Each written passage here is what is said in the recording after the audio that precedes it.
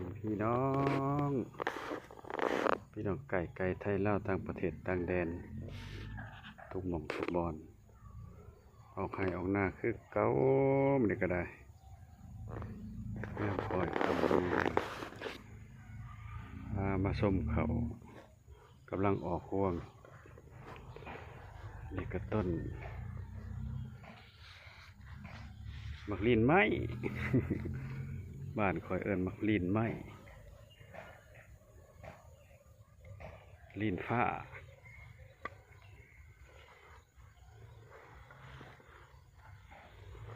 ก็มาเบิ่งนำกันนะพี่น้องจักงามจักกีฬาซ้ำนี้ละเขากะว่านเอามายุ่มมายิ้มห่วงบ่ใหญ่ลายต้นโหดพี่น้องลายต้นเขาก็เอาลายห่วง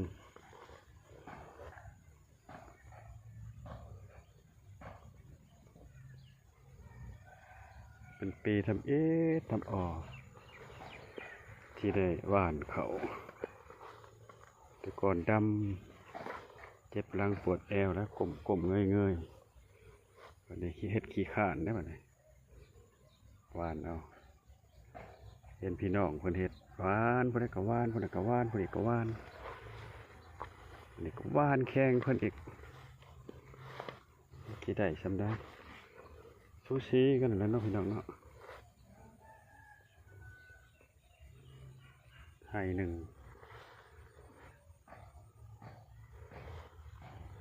เช็คตะเวนปล่อยคำจะดึงให้ลุ่มเลข11พันเข่า11มาเด้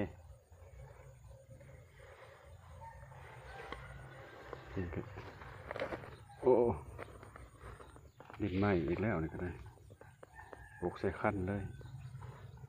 บ่ฟ้าให้เพิ่นวางอันนี้กะตัวผักเหญ้า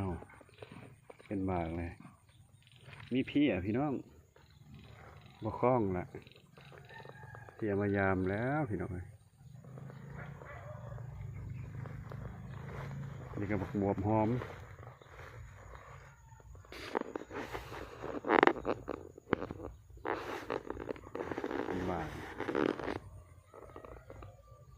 มากก็ก้นขี่คอดแท้ๆพี่น้องเลยต้นกระแมนพี่น้องเอาคนละอุ้มไม้เอาละหัวคนเอาบักคามแล้วผมก็พูน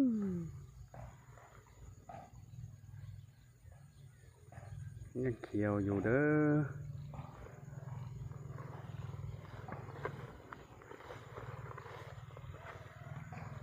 แล้วก็บ้านคอยเอิ้นว่ามาคุ้งหอยเชอรี่นี่ลายนะพี่น้องแมนเพื่อนเลยลาย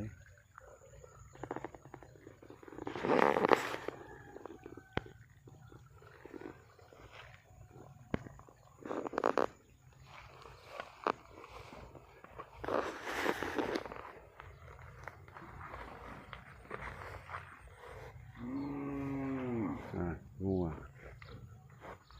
วทาตาโลโอ้งัว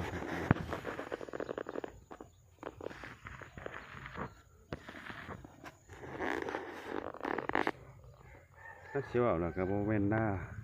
หน้าแหละนี่มัดคุณแนวตั้งหัวก็เป็นกล้วยพี่น้องกล้วย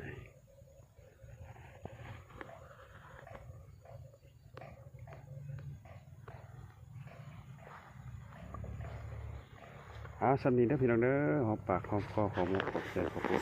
อบคุณเพื่อนสนิทมิตรสหายที่เข้ามาเบิ่งมาส้มแต่ต้นตลอดไปฝากกดซับกดไลค์เป็นกำลังใจคือเก่าสิ่งสำคัญอย่าลืมขามโฆษณา โอ้ยบอกความดอกเอาบ๊ายบายพอกันคลิปหน้าเด้อ